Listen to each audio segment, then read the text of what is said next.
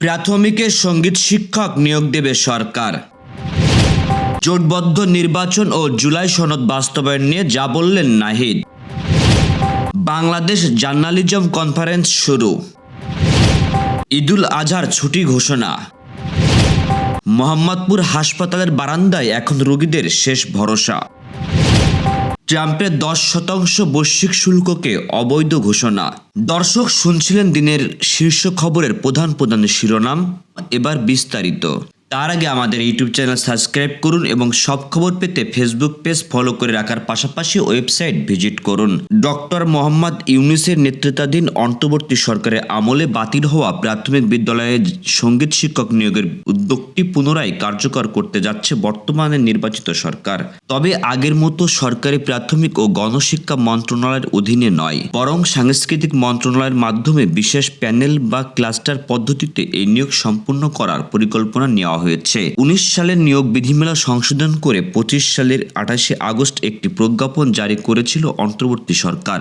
সেখানে সঙ্গীত ও শারীরিক শিক্ষার জন্য আলাদা শিক্ষক নিয়োগ পদ রাখা হয়েছিল। তবে পরবর্তীতে বিভিন্ন ধর্মীয় সংগঠনের চাপ এবং সচিব কমিটির সুপারিশের প্রেক্ষিতে 2025 সালে 2 নভেম্বর পুনরায় বিধিমালা সংশোধন করে ওই দুটি পদ বাদ দেওয়া হয়। নির্বাচনী জোট ও সমসাময়িক রাজনৈতিক পরিস্থিতি নিয়ে গুরুত্বপূর্ণ বক্তব্য দিয়েছেন বিরোধী দলীয় চিফ হুইপ ও জাতীয় নাগরিক পার্টি এনসিপির আহ্বায়ক নাহিদ ইসলাম। বৃহস্পতিবার রাত 8:30টায় চট্টগ্রাম বিশ্ববিদ্যালয় সাংবাদিক সমিতির কার্যালয়ে আয়োজিত এক প্রেস ব্রিফিংয়ে তিনি বলেন, এনসিপি বর্তমানে নির্বাচনী জোটে রয়েছে এবং আসন্ন স্থানীয় সরকার বা সিটি কর্পোরেশন নির্বাচনে জোটবদ্ধভাবে হওয়ার সম্ভাবনা রয়েছে। তবে জাতীয় নির্বাচনে এককভাবে অংশগ্রহণের বিষয়টি নির্বাচনের পরিবেশ ও সময়ের উপর নির্ভর করবে। দলের পক্ষ থেকে সব ধরনের নির্বাচনী প্রস্তুতি নেওয়া হচ্ছে বলেও তিনি নিশ্চিত করেন। রাজধানীতে 2 দিনব্যাপী বাংলাদেশ জার্নালিজম কনফারেন্স 2026 শুরু হয়েছে। শুক্রবার সকাল 9টায় রাজধানীর রেডিসন ব্লু ওয়াটার গার্ডেন হোটেলে শুরু হওয়া এ সম্মেলনে দেশ বিদেশের সাংবাদিক, সম্পাদক, গবেষক, শিক্ষক, উন্নয়নকর্মী, নাগরিক সমাজের প্রতিনিধি সহ মোট 547 জন সাংবাদিক অংশ নিচ্ছেন। Media resources development initiative MRDI তাদের 25 বছর পূর্তি উপলক্ষে এই সম্মেলনের আয়োজন করেছে। সম্মেলনে 10টি দেশের সাংবাদিকতা বিশেষজ্ঞ ও গণমাধ্যম ব্যক্তিরা অংশ নিচ্ছেন।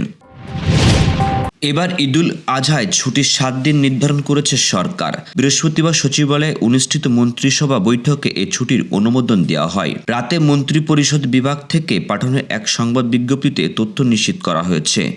মন্ত্রিপরিষদ বিভাগের সূত্রে জানা গেছে, প্রধানমন্ত্রী তারেক রহমানের সভাপতিত্বে অনুষ্ঠিত মন্ত্রিসভা বৈঠকে এ সিদ্ধান্ত নেওয়া হয়েছে। সিদ্ধান্ত অনুযায়ী আগামী 25 মে থেকে 31 মে ছুটি থাকবে। মন্ত্রিপরিষদ বিভাগের সংবাদ বিজ্ঞপ্তিতে বলা হয়, 23 মে শনিবার সাপ্তাহিক ছুটি বাতিল করা হয়েছে, অর্থাৎ 23 ও 24 মে অফিস খোলা থাকবে। এরপর ঈদের ছুটি শুরু হবে 25 মে। মাগুরার মোহাম্মদপুর উপজেলা স্বাস্থ্য কমপ্লেক্সে তিল ধরানোর ঠাঁই নেই। 31 শয্যার সরকারি হাসপাতালে বর্তমানে ধারণ ক্ষমতার চেয়েও প্রায় 5 গুণ রোগী ভর্তি রয়েছেন। ফলে রোগীদের চিকিৎসা সেবা দিতে চিকিৎসক ও সেবিকাদের নাভিশ্বাস উঠেছে। তেমনই শয্যা না পেয়ে বারান্দার মেঝেতে অনেকটা মানবতার অবস্থায় দিন কাটাচ্ছে রোগীরা। হাসপাতালের রেজিস্ট্রি খাতা অনুযায়ী এদিন হাসপাতালে মোট 140 জন রোগী ভর্তি ছিলেন, যার মধ্যে 36 জন পুরুষ, 68 জন নারী এবং 36 জন শিশু। 31 শয্যার বিপরীতে এই বিপুল সংখ্যক রোগীর চাপে হাসপাতালের প্রতিটি কোণ এখন যেন জরাজীর্ণ। দ্বিতীয় তলায় পুরুষ ও মহিলা ওয়ার্ডে ছাড়িয়ে রোগীদের ঠাঁই হয়েছে বারান্দার মেঝেতে। নিচতলার করিডোরেও এখন রোগীদের ভিড়। সরজমিনে দেখা যায় ডায়রিয়া, বমি, শ্বাসকষ্ট, পেট ব্যথা এবং আহত সহ বিভিন্ন রোগে আক্রান্ত রোগীরা প্রচণ্ড গরমে হাঁসফাঁস করছেন। হাসপাতাল বারান্দা পর্যন্ত আলো ও ফ্যানের ব্যবস্থা না থাকায় ভোগান্তি চরমে পৌঁছেছে। তো এত অধিক রোগীর কারণে আমাদের হাসপাতালের শয্যা সংখ্যা সংকীর্ণের কারণে অনেক রোগীকে ফ্লোরে চিকিৎসা সেবা নিতে হচ্ছে এবং আমাদের হাসপাতালে চিকিৎসা সেবা দিতে আমরা হিমশিম খাচ্ছি। তো তারপরেও আমাদের ডাক্তার এবং সিস্টাররা অমানসিক পরিশ্রম করে তাদের অতিরিক্ত ডিউটি করে তারা তাদেরকে সেবা দিয়ে যাচ্ছে। কোনো রোগীকে আমরা ফেরত দিচ্ছি না, কিন্তু আমাদের হাসপাতালে শয্যা না থাকার কারণে উপর থেকে এখন নিচতলায় ইমার্জেন্সির পাশে রোগীরা এসে ভর্তি থাকছে। যুক্তরাষ্ট্রের একটি আদালত প্রেসিডেন্ট ডোনাল্ড ট্রাম্পের আরোপ করা 10% বৈশ্বিক শুল্কের অবৈধ ঘোষণা করেছে। বৃহস্পতিবার দেশটির কোর্ট অব ইন্টারন্যাশনাল ট্রেড এ রায় দেয়। বিচারকদের একটি প্যানেল রায় দিয়েছে প্রেসিডেন্ট ডোনাল্ড ট্রাম্প বেশিরভাগ মার্কিন আমদানির উপর 10% শুল্ক আরোপ করে আইন লঙ্ঘন করেছেন। কংগ্রেসের সুস্পষ্ট অনুমতি ছাড়াই বাণিজ্য যুদ্ধ চলাকালীন প্রচেষ্টায় এটি হোয়াইট হাউসের জন্য ধাক্কা। এর আগে যুক্তরাষ্ট্রের সুপ্রিম কোর্ট ট্রাম্পের ব্যাপক বৈশ্বিক শুল্ক নীতিকে বাতিল করে দেয়। দর্শক, এই ছিল এখনকার আয়োজন। পরবর্তী খবর দেখুন বেলা 3টায়। এতক্ষণ সাথে থাকার জন্য ধন্যবাদ।